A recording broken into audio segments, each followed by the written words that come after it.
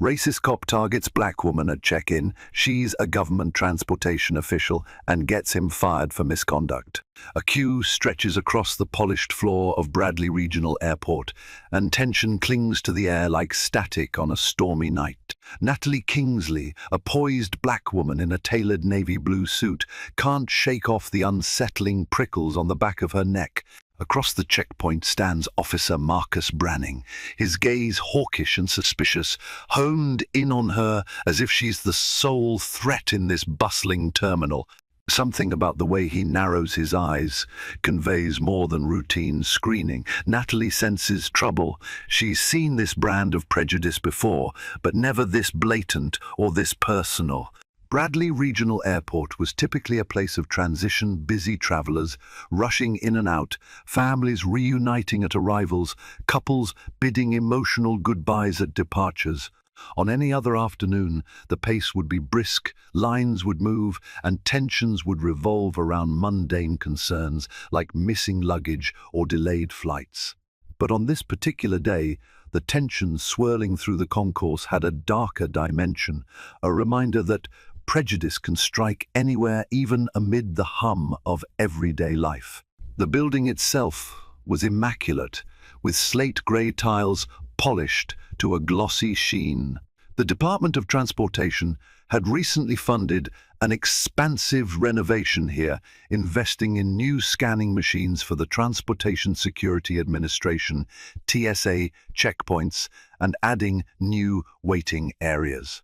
Travelers milled about in a half-focused flurry, adjusting carry-on bags, checking phones for updates, or hustling through lines. Large LED screens showcased flight statuses in bright green for on-time, red for delayed.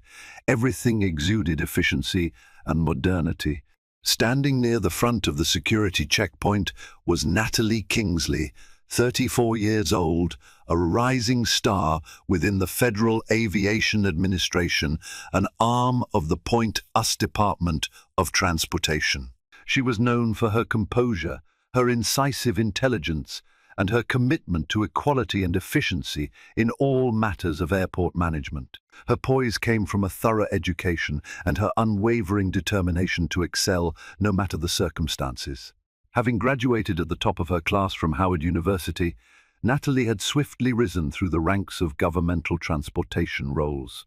She was a consultant and policy expert, visiting airports nationwide to inspect facilities, identify flaws, and propose reforms. Her position allowed her direct oversight of operational standards in partnership with the TSA, yet none of those credentials were readily apparent from the outside. She was a black woman traveling alone, wearing a professional but understated navy blue pantsuit and sturdy low heels. Her thick curly hair, neatly pinned up, was an inescapable part of her identity. She carried a standard-issue black backpack with her laptop, a slim leather folder containing official documents, and a small rolling suitcase. The day's schedule was packed with airport reviews, contractor meetings, and a final consult with the local TSA leadership. However, from the moment Natalie stepped toward the security checkpoint, she felt an unsettling, watchful presence. Stationed right before the scanning machine, guiding the line with clipped directions, was Officer Marcus Branning. His stare held her in place for a heartbeat too long. She noticed his gaze traveling from her polished shoes up to her hair, pausing at her face in a disconcertingly intense way. She tried to ignore it.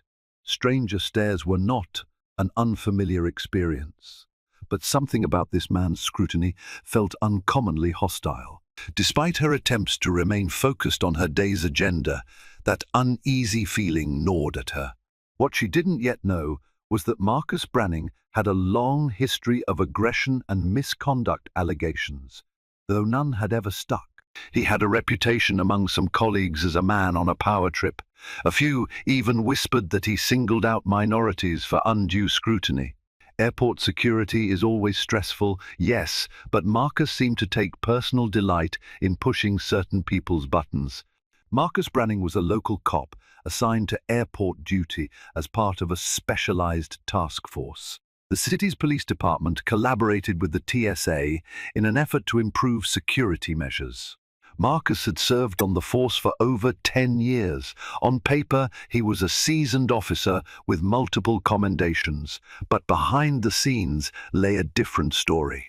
Only 6 months earlier, a complaint was filed by a 65-year-old black man who claimed Marcus used unnecessary force during a traffic stop. The man sustained minor injuries.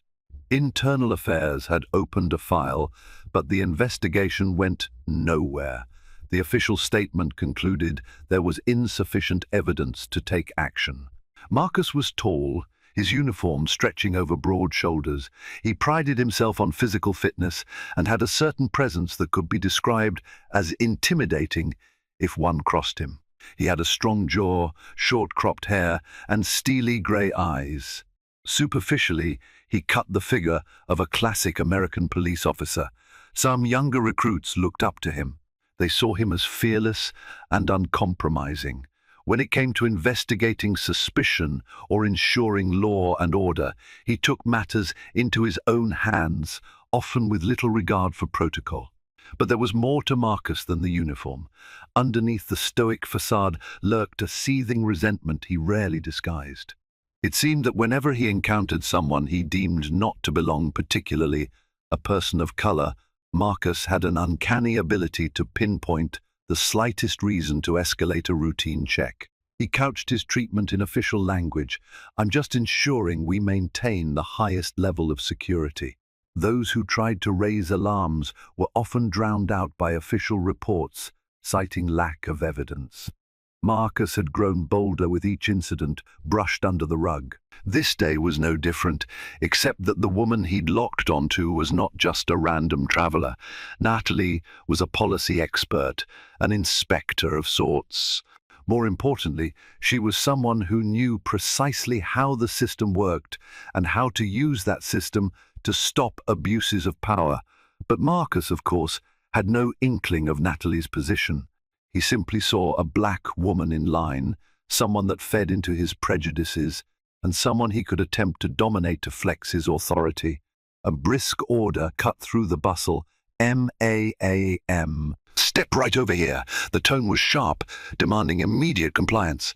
Marcus pointed at Natalie and beckoned her to the side with a dismissive flick of his gloved hand. Natalie felt a flash of anger bristle across her skin. She had placed her items in the bins, taking off her jacket and shoes as required. She was prepared to step through the metal detector. Why was she being singled out? But she reminded herself of the old adage, remain calm, remain professional. She had an entire day of airport evaluations ahead of her. She couldn't afford to escalate unnecessarily. Complying with the officer's order, Natalie lifted her chin and approached him. His posture was rigid, radiating hostility. She tried to remain neutral. "Yes, officer?" she asked with a measured voice, projecting an air of courtesy and respect. "We need to do an additional security check," Marcus said. He eyed her from head to toe. "Hands at your sides, please. I followed all the procedures at the checkpoint. May I ask why I'm being singled out?" "Because I said so." He moved in closer, letting the last word hang in the air. His response was so dismissive that a couple of nearby passengers turned to watch, sensing the tension. Natalie felt a flash of anger again, but reminded herself to breathe. She would not let him bait her. "That's fine," she said calmly. "Go ahead and do your security check. I have nothing to hide." Marcus performed the pat-down more aggressively than standard procedure required, pressing his palms against her arms, back, and legs in a manner that walked the line between uncomfortable and invasive. Natalie's jaw clenched at the humiliating nature of the search, but she forced herself to remain composed. The last thing she needed was to appear combative in front of the watchful public. When he finished, he handed back her ID, but not without one final glare. "You can go," he said curtly, as though he were the ultimate gatekeeper. Natalie nodded and stepped forward to retrieve her items. She collected her carry-on and personal belongings, carefully replacing her documents in the folder. She couldn't help but think that if he truly knew who she was, an official representative from the Federal Aviation Administration who conducted oversight on airport security protocol, he would not have dared to humiliate her like this in public. She wondered if she should reveal her identity right then, but decided it was premature. She had a job to do and would handle this at the appropriate time, through the proper channels. Although Marcus had dismissed her with a flippant wave, Natalie could feel his gaze boring into her back as she moved away. She proceeded through the terminal, reacquainting herself with the newly renovated sections of the airport. Her mind was split between the tasks at hand, conducting a compliance check, meeting with local officials, and her uneasy encounter with Marcus. The airport's expansions boasted new eateries, spacious seating arrangements, and high-tech scanning devices. Everywhere she looked, digital displays guided travelers, and well-placed signage improved the crowd's flow. On the surface, everything seemed to be a perfect model of modernization. Yet the presence of a single racist cop could cast a shadow over all these improvements. Natalie wasn't naive. She knew her job included reviewing how thoroughly officers like Marcus followed guidelines. After all, the very point of her role was to ensure the traveling public's safety without infringing on their dignity or rights. Her job also demanded she investigate allegations of misconduct when they arose. This situation now felt personal, but it was bigger than her personal feelings. Ensuring accountability and fairness was her professional responsibility. She walked down to the administrative wing, where she had scheduled a meeting with the TSA's local director, Helen Robertson. Helen was known for strict adherence to policy and had a solid reputation for ethical leadership. If anyone would take an incident seriously, it was likely her. But just as Natalie arrived at the administrative offices, she received a text from her colleague, Diane, a fellow FAA consultant who had accompanied her on the trip but was currently inspecting another part of the airport. Diane's text read, "Meeting with the runway inspection team running late. I'll see you at dinner." That meant Natalie would likely meet Helen alone if the local director was available. Inside the office, a receptionist greeted Natalie warmly. "Welcome, you must be Miss Kingsley from the FAA. Helen is expecting you." Within minutes, Natalie was seated in a cozy conference room with Helen Robertson. Helen was a middle-aged woman in her 50s, with silver-streaked hair, wire rim glasses, and an air of quiet authority that made it clear she was not to be trifled with. Her career at the TSA had spanned 2 decades. She had once been a lead screener herself, working her way up through the ranks. Rumor had it that she had little tolerance for internal corruption or prejudice. "It's a pleasure to meet you, Miss Kingsley," Helen said, extending her hand. "I hope everything has been going smoothly so far." Natalie forced a polite smile.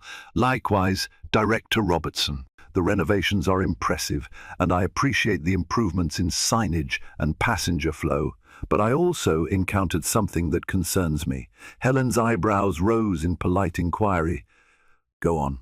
Natalie described the encounter with Officer Marcus Branning in measured detail, his curt order to step aside, the aggressive pat-down, and his dismissive attitude.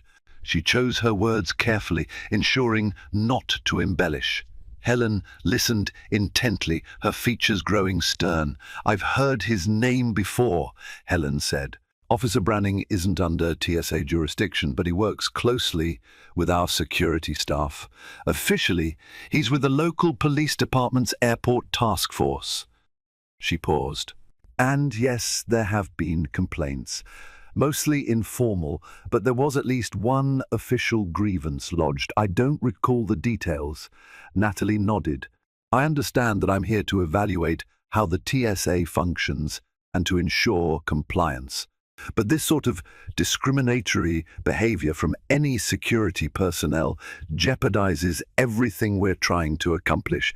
We can't allow travelers to be subjected to intimidation based on race." Helen's eyes hardened. I appreciate your telling me.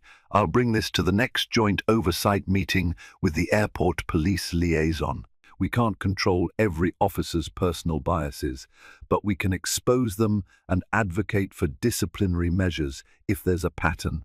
Could you file an official complaint with me? It helps with record keeping and might assist us in building a case if needed. Natalie paused. She had no doubt about the necessity of reporting Marcus. But this was bigger than just lodging a complaint.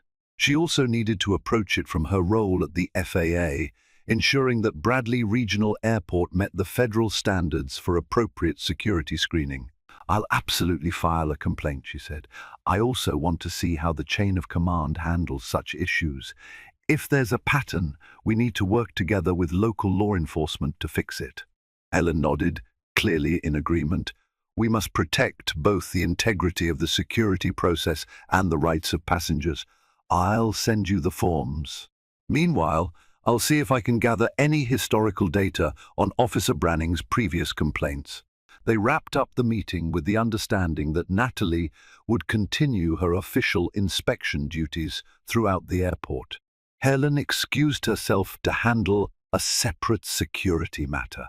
Before leaving, the TSA director pressed her business card into Natalie's hand. If you need anything, if he harasses you again, or if you see any other concerning behavior, don't hesitate to call me. Leaving the office, Natalie allowed herself a moment of relief. She had found an ally in Helen Robertson, a powerful figure who seemed willing to investigate wrongdoing. However, a deeper sense of disquiet followed Natalie as she navigated the concourse. She couldn't shake the feeling that Marcus might not let the matter rest so easily. An hour slipped by as she inspected gate layouts, took notes on signage clarity, and made a few small-talk conversations with gate agents. Despite her outward composure, an electric tension thrummed inside her. She spotted Marcus twice, standing in different sections of the terminal, speaking with other officers. The second time, she was almost certain he was watching her. During her final pass of the day near the baggage claim area, she saw him again, leaning against a wall with his arms crossed, eyes scanning the crowd. The moment he saw her, his gaze hardened. She decided it was best not to engage. She had already filed a verbal complaint with Helen. The next steps were procedural, not personal confrontation. Natalie took out her phone, checking messages from her colleagues. Diane was still delayed. Another colleague, Jamal, was stuck in traffic on his way from a different inspection site. With no immediate meeting to rush to, she decided to head to the airport lounge. She needed to decompress and possibly jot down notes from her day's observations. Her mind kept going back to her run-in with Marcus. She could practically feel his oppressive stare even when she turned her back.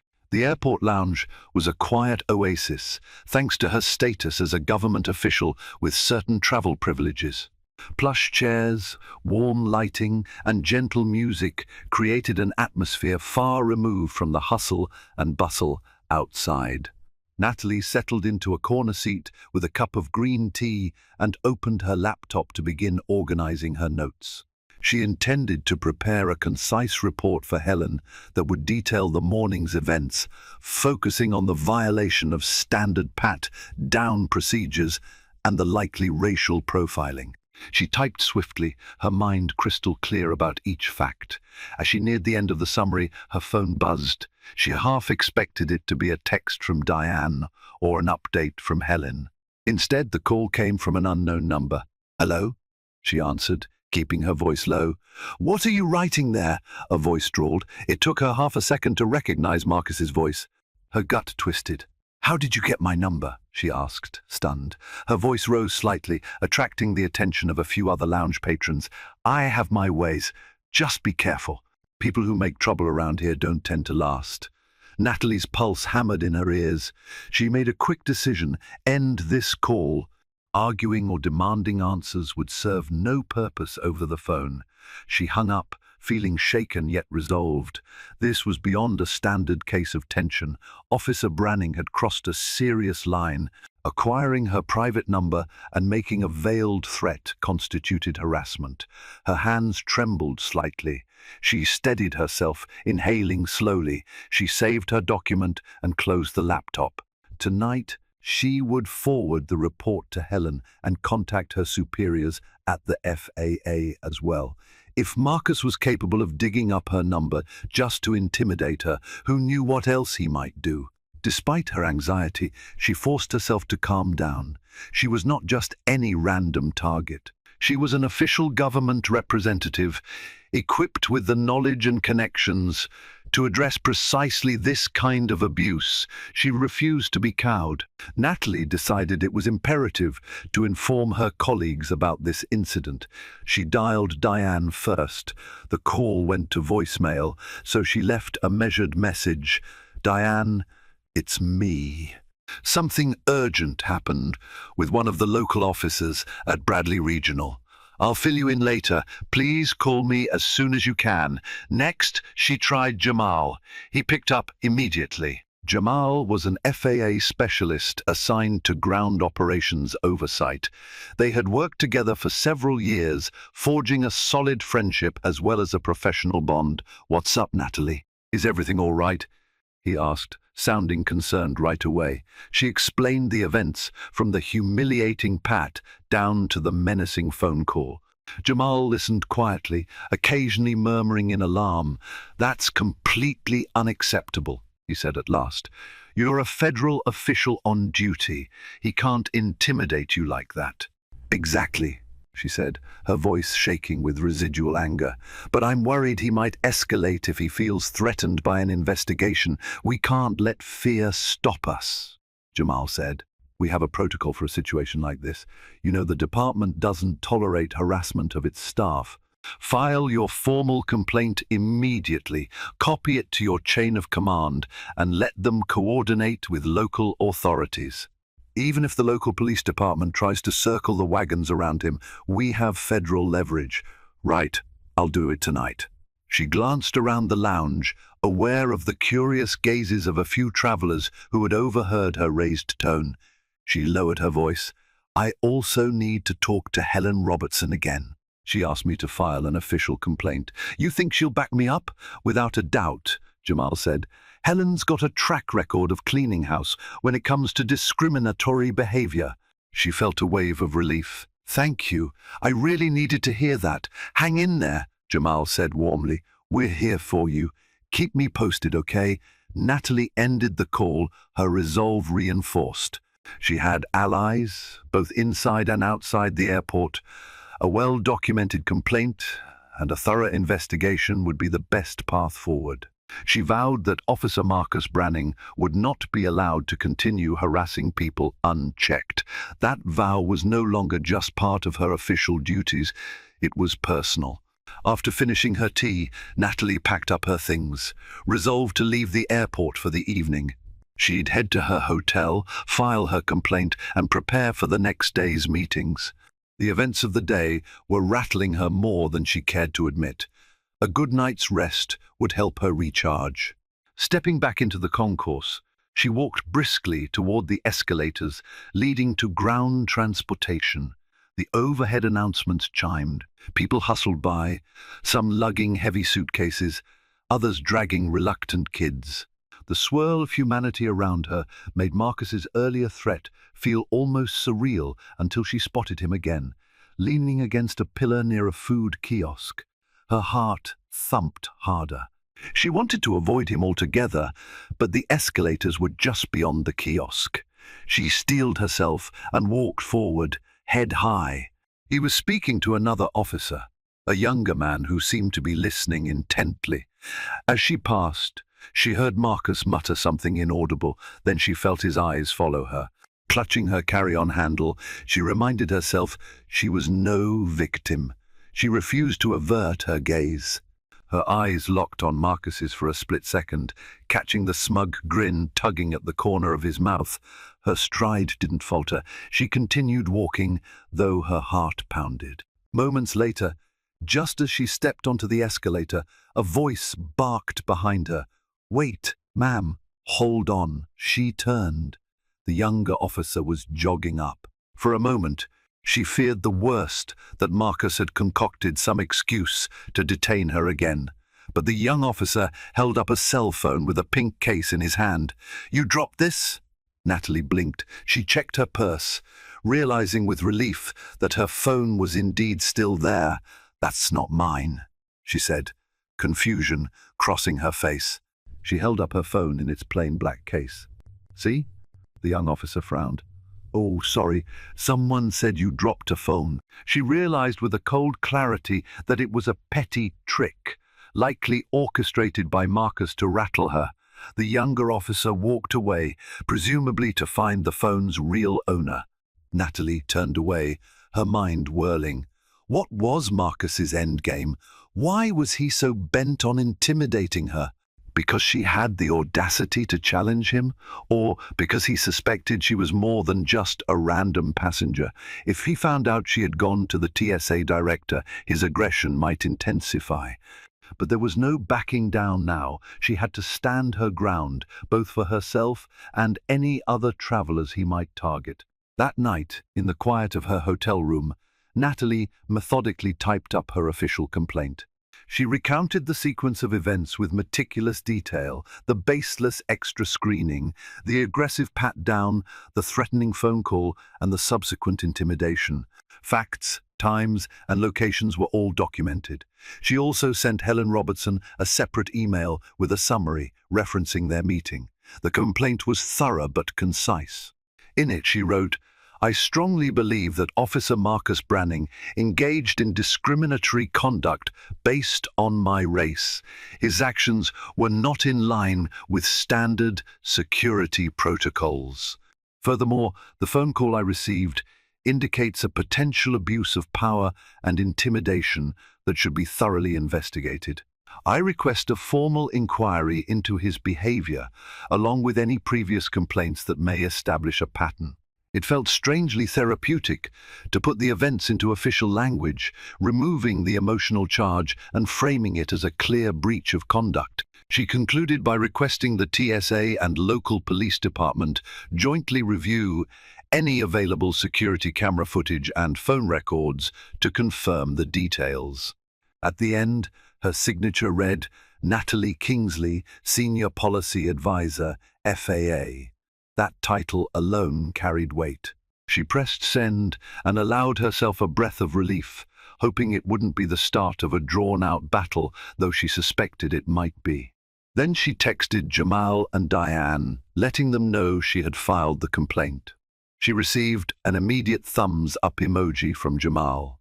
Diane replied a few minutes later, "So sorry you're going through this, Nat. I'm here if you need anything." Natalie set her phone down, then closed her eyes, exhaustion weaving through her body. Sleep came quickly that night. Sunlight filtered through the crack in the hotel curtains the next morning. Natalie woke early, a knot of residual tension still in her shoulders. She reminded herself that she had done all she could. The complaint was filed and in the hands of the proper authorities. She quickly dressed in another professional ensemble, a black skirt suit, crisp white blouse, and low heels, then headed back to the airport by taxi. Her first stop was a scheduled walkthrough of the new baggage handling system. After that, she planned to meet Helen for an update on the complaint. By mid-morning, she was standing amid the roar of conveyor belts in a restricted area, accompanied by a TSA manager who explained how the new system tracked and sorted luggage more efficiently. As she listened, her phone buzzed. She saw a text from an unknown number. "Your complaint won't go anywhere. You're messing with the wrong people." She felt her blood run cold. The manager, oblivious to the text, continued his explanation about conveyor sensors. Natalie forced a neutral expression, but her stomach churned. Another intimidation tactic. She suspected Marcus, but she had no proof. She was increasingly wary of how brazen he was becoming. She wrapped up the baggage handling inspection quickly, then headed to Helen's office. The receptionist gave her a tight smile, ushering her into the conference room. Helen was already there, papers spread across the table. Her expression was grave. "Natalie, I'm glad you're here." "Please have a seat," Helen said. "I've received your complaint and started a preliminary review of the security footage. I also looked into Officer Branning's background. I think we have grounds for a broader inquiry." Natalie sank into the chair. "Thank you for taking this seriously." Helen nodded.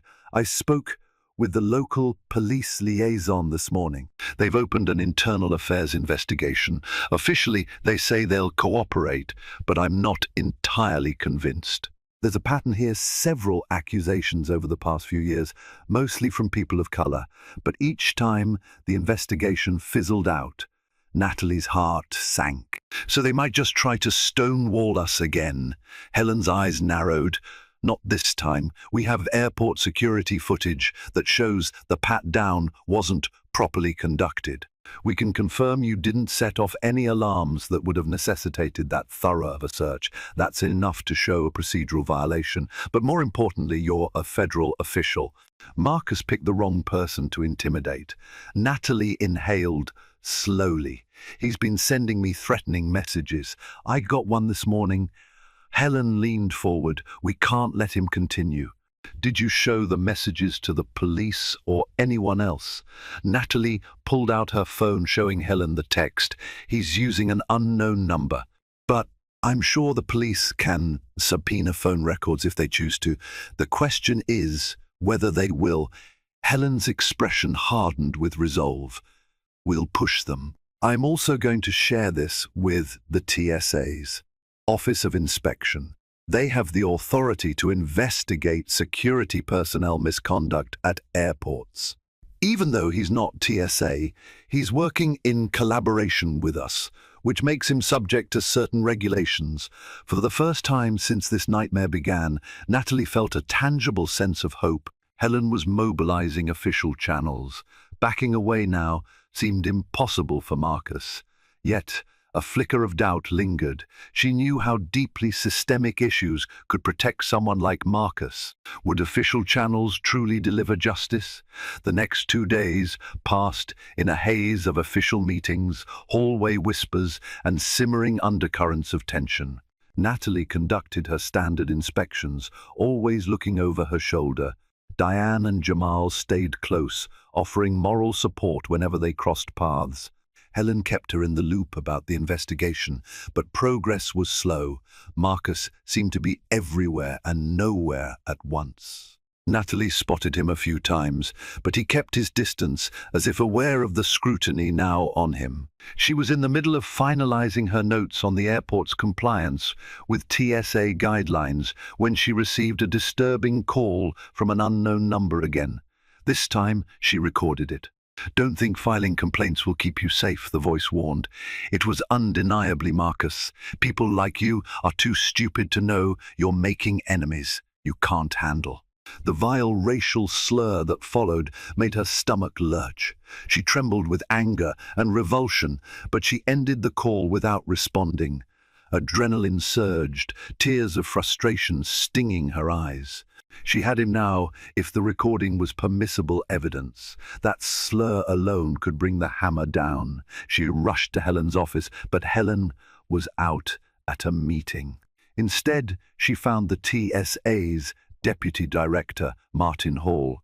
Martin was a diligent administrator known for his strict adherence to regulations. He listened to the recording with pursed lips, nodding grimly. "This is serious. But we need the local police or the district attorney to consider pressing charges for harassment or hate crimes. Let me call them." Hours later, Helen and Martin sat with Natalie in the same conference room, a local police lieutenant present via video call. Natalie played the recording again. The lieutenant's face remained impassive. He simply said, "We'll investigate. Officer Branning's duty assignments are under review." Helen pressed. "We have multiple incidents, including a pattern of prior complaints. We expect swift action." "We hear you," the lieutenant said vaguely. "He'll be put on administrative leave pending the outcome." As the call ended, Natalie wondered if that was enough. Administrative leave was a start, but actual consequences? Too many times, investigations ended quietly, with a slap on the wrist. However, with the racist slur recorded, it might be a different ball game. Word traveled fast around Bradley Regional Airport. Rumors spread about a confrontation between a visiting FAA official and Officer Marcus Branning. Some staff quietly cheered Natalie on. Others worried about the potential for negative publicity and the possibility of strife between the TSA and local police. A few individuals who had disliked Marcus from the start seemed almost giddy to see his downfall, but there were also those loyal to Marcus. He had a circle of fellow officers who believed he was simply doing his job. They muttered about outside meddling and unfair accusations. A few of them eyed Natalie with open hostility if she passed by. One afternoon, while walking from Gate B to Gate C with Jamal, Natalie caught sight of two officers whispering, pointing at her. She ignored it, but Jamal's face hardened. "Cowards!" he muttered under his breath. "Don't let them rattle you. We have the moral high ground here." Their negativity still stung. Natalie had never enjoyed being the center of controversy. She preferred working quietly behind the scenes, fixing problems with solutions rather than conflict. Yet here she was, the catalyst of a high-stakes standoff. Late that afternoon, she received an unexpected message summoning her to the local police precinct's internal affairs office. The text read, "Miss Kingsley, we'd like to take your statement regarding Officer Branning. 10 a.m. tomorrow at the precinct. Please confirm." She confirmed. The date was set. She'd have to stand face to face with the institution that had protected Marcus for years. She was determined to do her part. Whether or not they chose real accountability was on them.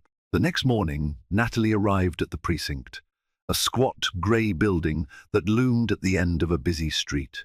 Jamal accompanied her for moral support, waiting in the lobby while she headed to the second floor. The Internal Affairs Department had a waiting area with plastic chairs, worn carpeting, and fluorescent lighting that washed everything in a dull glow. Soon, a petite woman in a sharp suit emerged. "Miss Kingsley, I'm Lieutenant Adelaide Carter. Right this way, please." Her voice was friendly but professional, lacking any warmth that might compromise her neutrality. Natalie followed her into an interview room. Lieutenant Carter sat behind a metal table, offering Natalie a chair. A second man in a plainclothes suit introduced himself as Detective Rodriguez. They explained the process. They would record the conversation, ask her to recount the incidents, and then go over any evidence she had. Natalie felt a swirl of apprehension. She breathed steadily, recalling that she had prepared for these kinds of procedures in her line of work. She provided a clear, chronological account, how Marcus singled her out at the checkpoint, the pat down, his phone calls, text messages, and that vile recorded statement.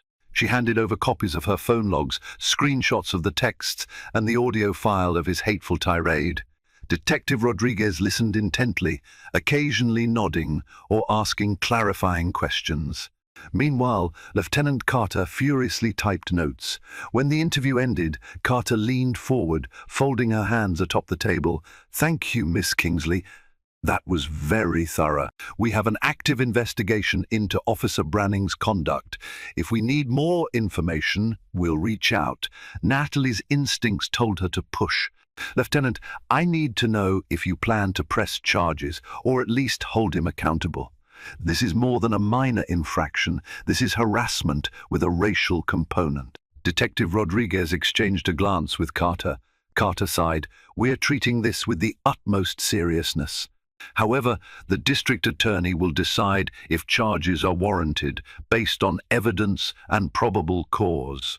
In the meantime, Officer Branning remains on administrative leave." Something in her tone suggested caution. Natalie recognized institutional reticence, but she had played her role. She had given them everything they needed to make a strong case if they chose to. "Thank you for your time," Natalie said as she rose. She offered them a final, polite nod. Despite her frustration, she couldn't force them to act. She could only trust that the weight of evidence would be enough. After the internal affairs interview, the atmosphere around Bradley Regional Airport shifted once more. Marcus was nowhere in sight. Some staff, learning that he was on leave, quietly congratulated Natalie for speaking up, but the official resolution was still out of reach. Natalie's final day at Bradley approached. She had largely completed her compliance reviews and had only to finalize a report on the facility's readiness for upcoming expansions. She intended to return to Washington, D.C. soon to present her findings. She couldn't help but feel uneasy at the idea of leaving if Marcus hadn't faced real consequences. Yet her job here was nearly done. Late in the afternoon, Helen called her into her office. "Some news," Helen said, her expression unreadable. "Internal Affairs is recommending that Officer Branning be terminated for misconduct, including racial profiling and harassment." A bolt of relief shot through Natalie. "Terminated? That's good news. But is it final?" Helen lifted a hand in caution. "That's just their recommendation. The police chief and the legal team have to agree. But it's unlikely they'll override it now that we have so much evidence. Plus, with you being a government official, this is drawing scrutiny from the Department of Transportation. No one wants a federal scandal." Natalie exhaled in relief. She had been bracing for disappointment. Maybe, for once, the system would work as intended. "Thank you for letting me know." Helen nodded. "Don't thank me yet. Things can still happen. I've seen last-minute deals cut before, but we're on the right track. Also, I want you to know the TSA is revising our Memorandum of Understanding with the local police, strengthening oversight. This should prevent officers like Marcus from slipping through the cracks." A sense of satisfaction warmed Natalie. "That's wonderful. Regardless of how this ends for him, at least it won't be easy for someone else to replicate his behavior." Helen smiled. "Exactly." That evening, Natalie was gathering her belongings in the nearly empty administrative hallway. Most personnel had left for the day. Her phone vibrated with an incoming call, unknown number. Her adrenaline spiked. She hesitated, then answered. "You think you've won, you little..." She cut him off. "Marcus, it's over. They're recommending you be fired." Silence crackled. Then a burst of vitriol poured forth. He hurled racial insults, vile threats, his voice trembling with rage. He ended with, "I'll make you regret this for the rest of your life." She ended the call and immediately dialed 911. She reported the threatening call, identifying herself, the location, and the suspect. The dispatcher was calm, guiding her to remain in a secure area until officers arrived. Minutes later, 2 uniformed local police officers arrived, neither of them from Marcus's circle. She played the recording. One officer shook his head in disbelief. "We'll file an emergency protective order request. This is a credible threat." Natalie nodded, clutching her phone tightly. Her heart pounded, but relief mingled with her fear. This new threat would add substantial weight to the existing investigation. If there was any chance Marcus might wriggle free before, he'd made that chance slim to none now. The next morning, official news broke. The city's police chief announced Officer Marcus Branning's immediate suspension without pay, pending the final decision on termination. They cited clear evidence of misconduct and harassment, referencing multiple credible complaints. Media outlets picked up the story, some highlighting the phone call recordings.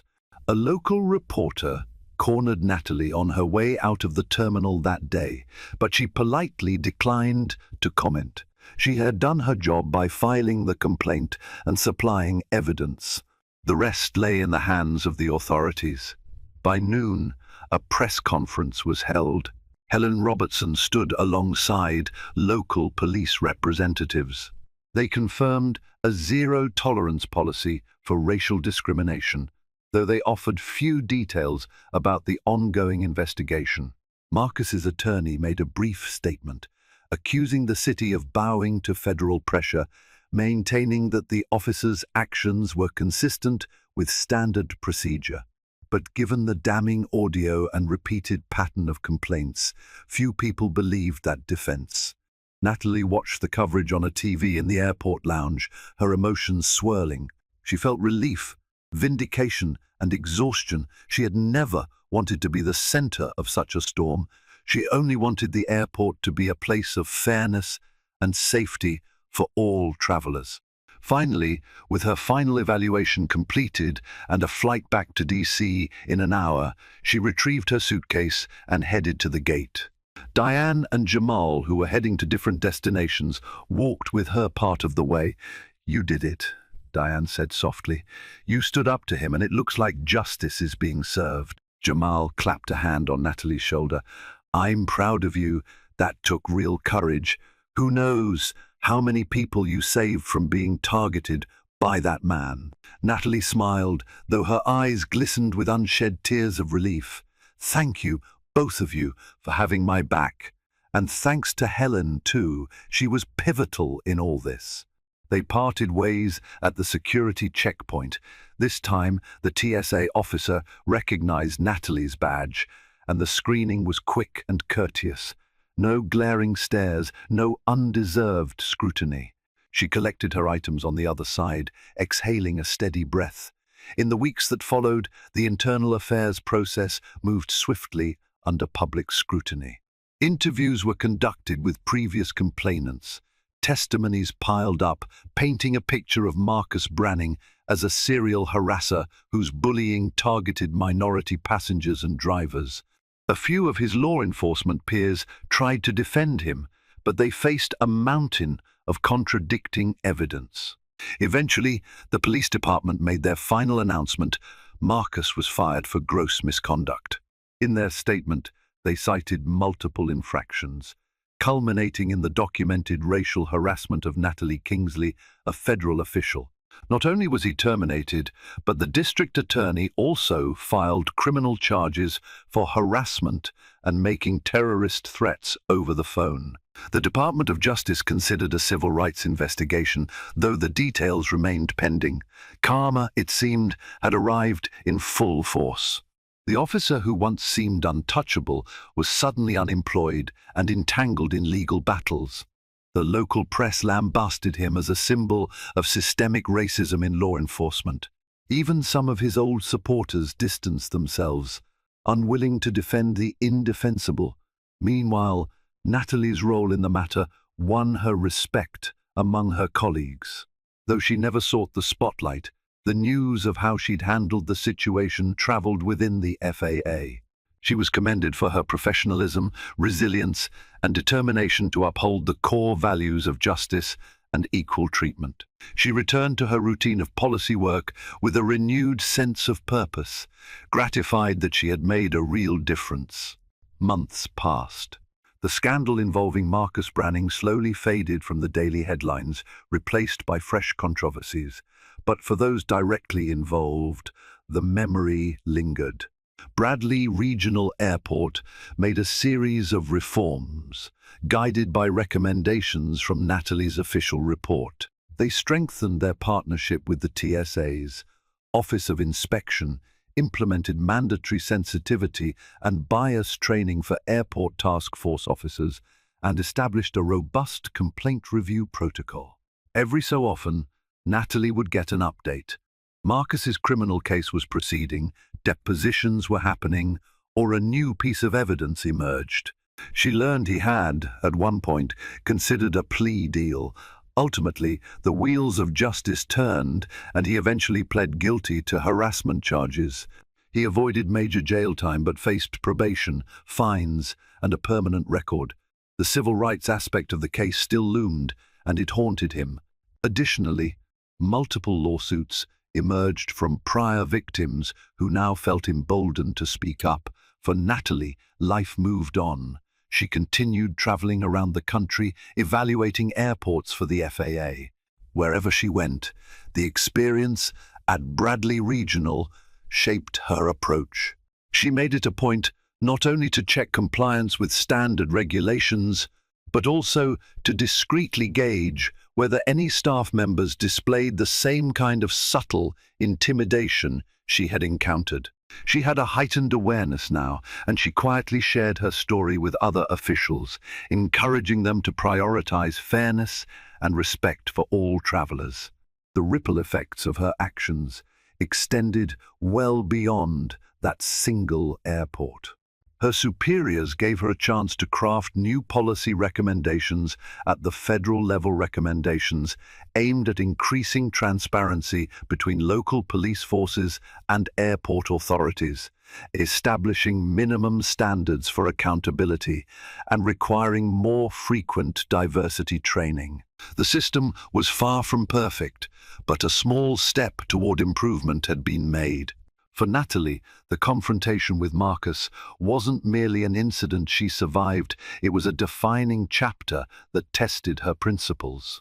She had navigated intimidation, racial slurs, and institutional inertia. She had persevered, leaning on her professional network and unwavering commitment to justice. There were still moments at night when she'd recall the hateful threats, her heart beating rapidly.